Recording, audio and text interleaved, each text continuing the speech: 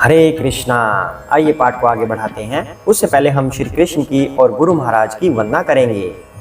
ओम ज्ञानतिमिरान्धस्य ज्ञानाञ्जनशलाकया चक्षुरुन्मीलितं येन तस्मै श्रीगुरुवे नमः। हे कृष्ण करुणा सिंधु दीनबंधु जगत्पते गोपेश गोपिका कांत राधाकांत नमस्तुते।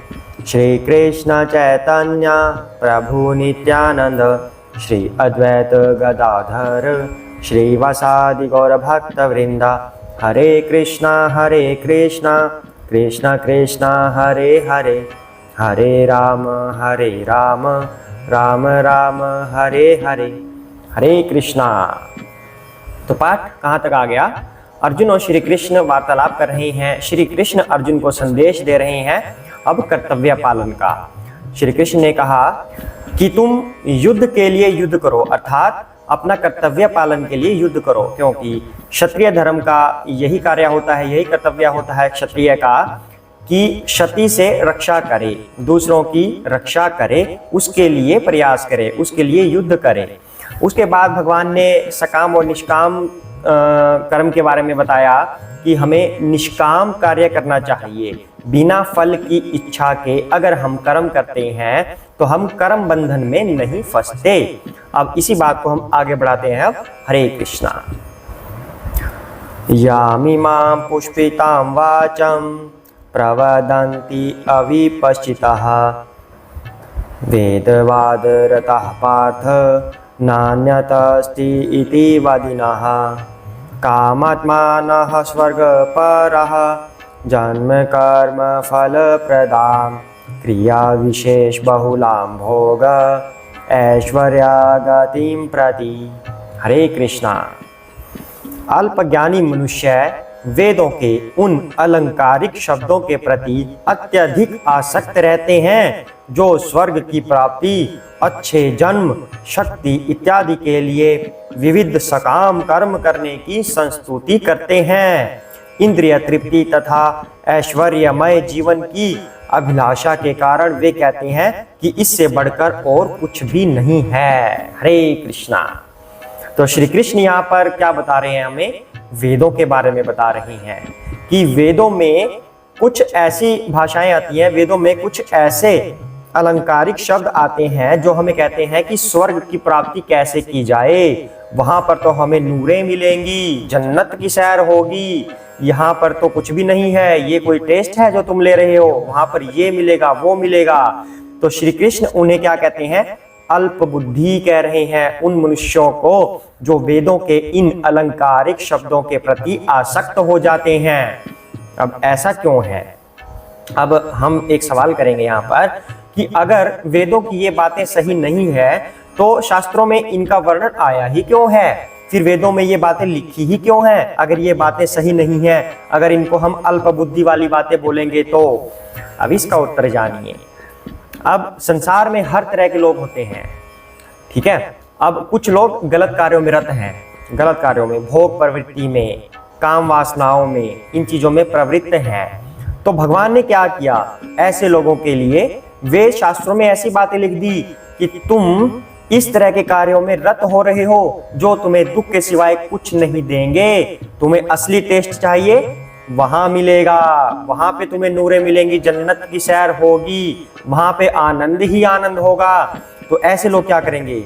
हाँ, मुझे भी चाहिए नूरें, मुझे भी जन्नत चाहिए, ठीक है, मैं ये कार्य नहीं करूंगा, मैं इन वेदों को पढ़ूंगा। इससे क्या होगा? कम से कम वो थोड़ा बहुत तो शास्त्रों की बातों को मानेगा, थोड़ी सी श्रद्धा तो उसकी शास्त्रों में होगी। तो ऐसे लोगों के लिए वेदों में इस तरह के अलंकारिक शब्दों का प्रयोग किया है कि एक बार वो कम से कम भक्ति में आए तो सही, एक बार शास्त्रों को पढ़े तो सही, फिर धीरे धीरे धीरे धीरे धीरे उनको हायर स्टेज पे लेके जा सकेंगे, फिर वो धीरे धीरे भक्ति में प्रवृत्त हो सकेंगे, फिर वो असली टेस्ट देख पाएंगे कि जीवन का लक्ष्य हमारा सिर्फ और सिर्फ भक्ति है, गोलोक वृंदावन में हम प्रभु की सेवा के लिए जाएंगे। अन्यथा ऐसे लोग क्या करते हैं? सिर्फ कुछ ऐसे यज्ञ हवन करेंगे कि स्वर्ग की प्राप्ति हो जाए, नूरे अप्सराएं मिले हमें, वहां पर भगवान की सेवा के लिए नहीं जाना, किसी को कोई मतलब नहीं है कि भगवान की सेवा करनी है। We are here to serve only God, we are here to serve Krishna, हमें सिर्फ और सिर्फ कृष्णा की सेवा करनी है। नहीं, किसी को कोई मतलब नहीं है, हमें तो अप्सराओं से मिलना है, हम तो अप्सराओं के पास जाएंगे स्वर्ग में। तो इन लोगों के लिए वेदों में इन शब्दों का प्रयोग किया जाता है कि कम से कम ये कुछ तो शास्त्रों को माने, इन चीजों को छोड़कर जो भौतिक जीवन में कर रहे हैं, कम से कम कुछ तो सपना देखकर अच्छी दिशा में आए। वैसे इनको स्वर्ग मिलेगा अगर ये सिर्फ ऐसे ही कार्य करते रहे स्वर्ग प्राप्ति वाले।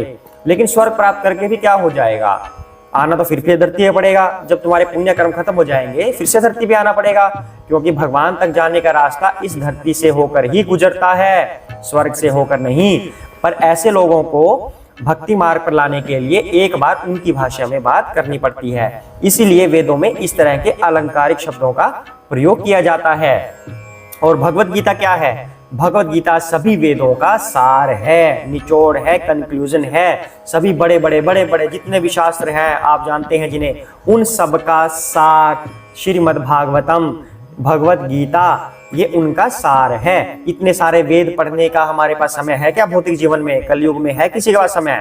भगवत गीता पढ़ के देखिए, सब चीजों का सार इसमें मिलेगा। तो आगे भगवान कह रहे हैं कि इंद्रिय तृप्ति और ऐश्वर्यमय जीवन की अभिलाषा के कारण वे कहते हैं इससे बढ़कर और कुछ नहीं है। अब दो चीजें यहां पर बोली हैं, इंद्रिय तृप्ति अर्थात भोग, दूसरा क्या बोला है भगवान ने? ऐश्वर्य। तो भोग और ऐश्वर्य दो चीजें हैं।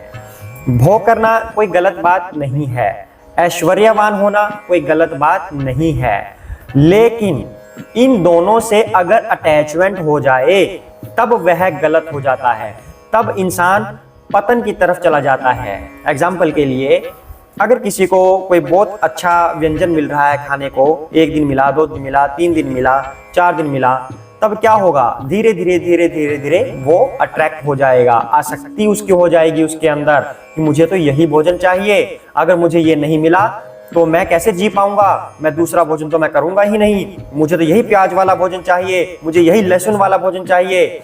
मतलब क्या हुआ? उसकी आसक्ति हो गई उस भोजन में, तब वो उसके विनाश का कारण बन जाएगा कि वो इसके बिना रह ही नहीं सकता। इसका मतलब क्या हुआ कि भगवान के अलावा भी कोई ऐसी चीज है जिसके बिना इंसान रह नहीं पा रहा है, और यही उसके पतन का कारण बनता है।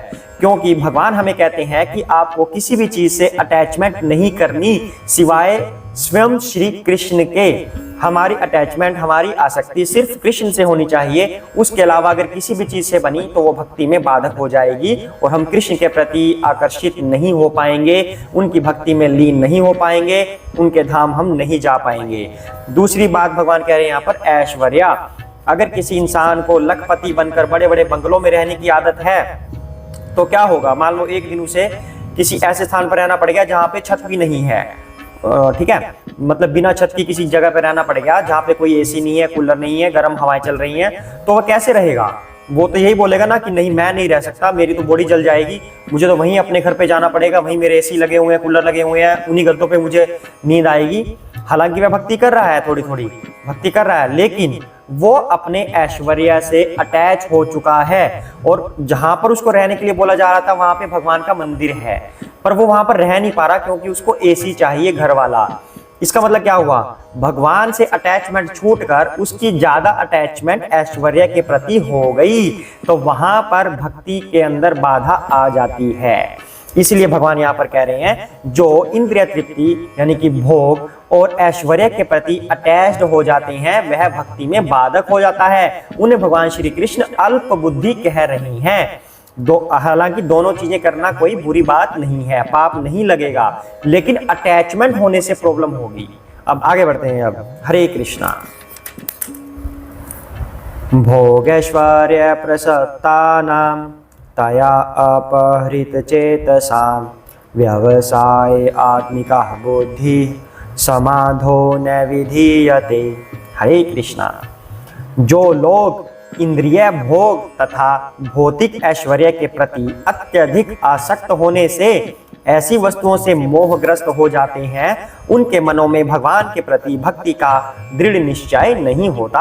हरे कृष्णा। जो अभी अभी बात हम करके हटे हैं, भगवान वही बोल रहे हैं, यानी कि हमारा पाठ सफल हो रहा है, भगवान सुन रहे हैं, भगवान डायरेक्ट सुन रहे हैं हमें कि हम क्या बात कर रहे हैं। और भगवान ने वही आगे इस स्टैंजा में डाल दिया, इस श्लोक में भगवान ने आगे यही बात डाल दी कि जो लोग इन भौतिक ऐश्वर्यों के प्रति और भोगों के प्रति आसक्त हो जाते हैं, वह भगवान की भक्ति में कभी भी दृढ़ निश्चय नहीं होता। क्यों नहीं होता? अभी ये जो एग्जाम्पल था कि मंदिर के पास गए हुए हैं, वहां पर एसी कूलर वगैरह नहीं है, गर्मी हो रही है, पर इंसान को आदत हमेशा क्या है, एसी में सोने की, तो वो वहां पर नहीं रह पाएगा और वो कहेगा कि मुझे वापस वहां पे जाना, अपने घर पे जहाँ पे एसी लगा हुआ है। तो इसका मतलब क्या हुआ कि भगवान की भक्ति के प्रति वो दृढ़ निश्चय नहीं था, इसलिए उसने मंदिर को ठुकराकर वापस अपने घर आना उचित समझा, जबकि भगवान ने उसे अवसर दिया था। वही बात श्री कृष्ण कह रहे हैं कि उनके मनों में भगवान के प्रति दृढ़ निश्चय नहीं होता। इसीलिए कहा जाता है कि कोई गलत आहार मत कीजिए, किसी भी चीज के प्रति आसक्ति मत कीजिए। अब एक बात आती है कि चाय और कॉफी पीने में क्या दिक्कत है? कोई दिक्कत नहीं है, केमिकल ही तो है, किसी का वध थोड़ी ना किया है, तो पाप कैसे हुआ? कोई पाप नहीं है। चाय और कॉफी में क्या होता है? कैफीन, निकोटीन, ये केमिकल्स होते हैं। ये क्या काम करते हैं? अगर हम एक दो बार चाय पी लेते हैं, कॉफी पी लेते हैं, तो हमारी जो ललक है अंदर की, उसको बार बार पीने की, वो जागृत होने लगती है, हम उसके बिना नहीं रह पाते। अब जो इंसान डेली चाय पीता है, उससे आप पूछ के देख लीजिए, मुझे शाम को 4 बजे चाय चाहिए ही चाहिए, मैं इस चाय के बिना नहीं रह सकता।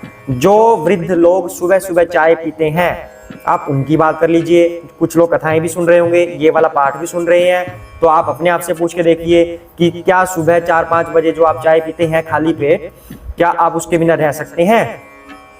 उत्तर दीजिए। अगर आपको बोले कि सुबह की चाय मत पियो, तो आपका क्या जवाब होगा? नहीं, यह तो हमारा पेट्रोल है, हम इसके बिना कैसे रहेंगे।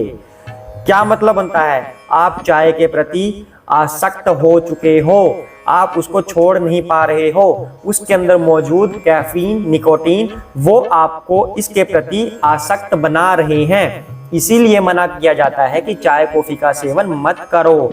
किसी भी हमें वस्तु के प्रति आसक्त नहीं होना है सिवाय भगवान श्री कृष्ण के। यही कारण होता है कि हम आहार पर नियंत्रण करने के लिए बोलते हैं, ब्लैक कोल्ड ड्रिंक के लिए मना करते हैं, क्योंकि उसके अंदर भी यही केमिकल्स पाए जाते हैं। इंसान आसक्त हो जाता है इन चीजों के प्रति, और हमारी आसक्ति सिर्फ और सिर्फ श्री कृष्ण के प्रति होनी चाहिए। और इस बात को श्री कृष्ण खुद स्वयं भी कह रहे हैं कि जो इनसे आसक्त होगा, उसका भगवान की भक्ति में दृढ़ निश्चय नहीं होगा। हरे कृष्णा। तो आज के लिए हम इतना ही करते हैं, बाकी हम नेक्स्ट एपिसोड में करेंगे। अब यहाँ से हमें क्या शिक्षा मिल रही है कि हमें किसी भी चीज के प्रति अटैच नहीं होना है। आज श्री कृष्ण ने हमें यही संदेश दिया है।